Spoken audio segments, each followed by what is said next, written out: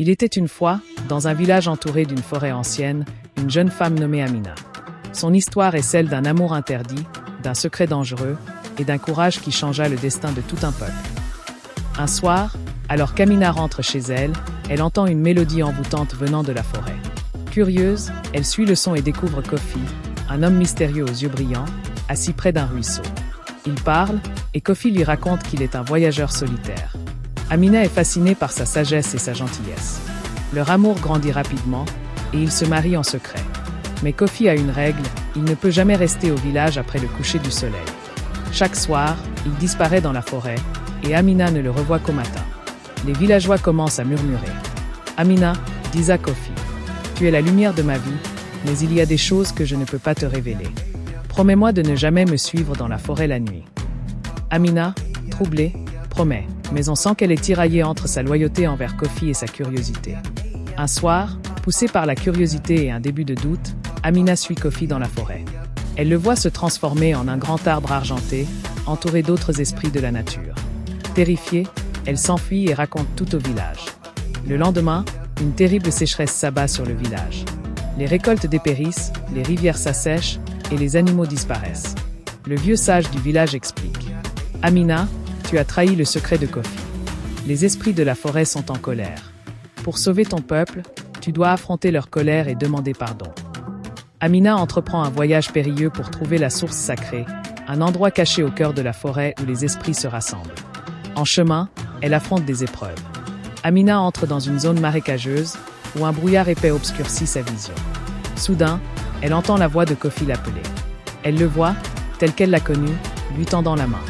« Amina, viens avec moi. Nous pouvons être heureux, loin de tout cela, dit-il avec douceur. » Tentée, Amina hésite. Mais elle se souvient des paroles du sage. Les esprits testeront ton cœur. Ne te laisse pas tromper par les apparences. Elle ferme les yeux, prend une profonde inspiration et dit « Tu n'es pas mon Kofi. Mon Kofi m'aime assez pour me laisser faire ce que je dois. » L'illusion se dissipe et le marais devient un chemin clair. Amina continue son voyage, plus déterminée que jamais. Amina arrive au pied d'une montagne escarpée. Des esprits hostiles, semblables à des ombres géantes, gardent le passage. Ils grondent. « Pourquoi devrions-nous te laisser passer, toi qui as trahi notre frère Kofi ?» Amina, bien que terrifiée, répond avec courage. « Je ne cherche pas à me justifier. Je veux seulement réparer mes erreurs et sauver mon peuple. Si je dois payer de ma vie, alors qu'il en soit ainsi. » Les esprits, impressionnés par sa sincérité, lui lancent un défi. « Si tu veux passer, tu dois danser avec nous. Mais attention, une seule fausse note, et tu seras perdu à jamais. » Amina accepte. Une musique envoûtante commence, et elle danse avec grâce, suivant le rythme des esprits. La scène est visuellement époustouflante, avec des effets de lumière et de mouvement qui captivent le public. Finalement, les esprits s'inclinent et lui permettent de passer. Dans cette forêt sombre, Amina est confrontée à ses peurs les plus profondes. Elle voit des visions de son village en ruine, de Kofi la rejetant, et d'elle-même, seule et abandonnée. Une voix intérieure lui murmure « Tu n'es pas assez forte.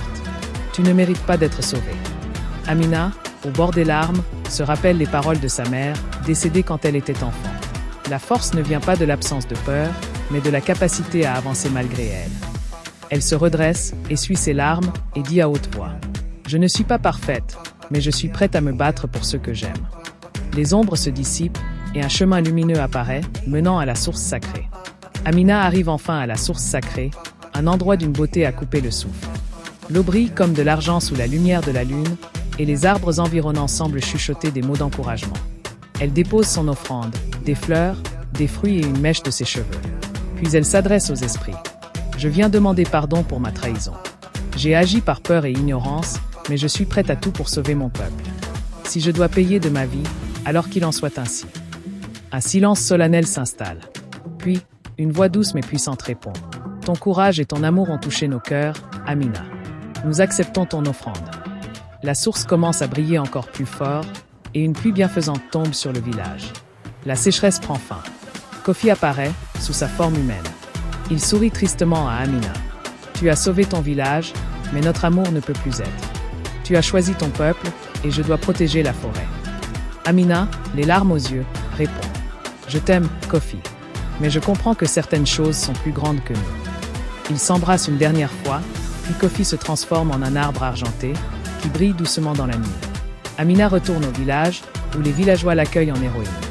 Le vieux sage lui dit « Tu as appris une leçon précieuse, Amina.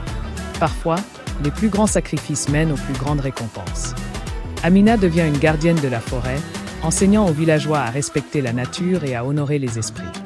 Ainsi s'achève l'histoire d'Amina, la femme qui a épousé un esprit et risqué tout pour sauver son peuple.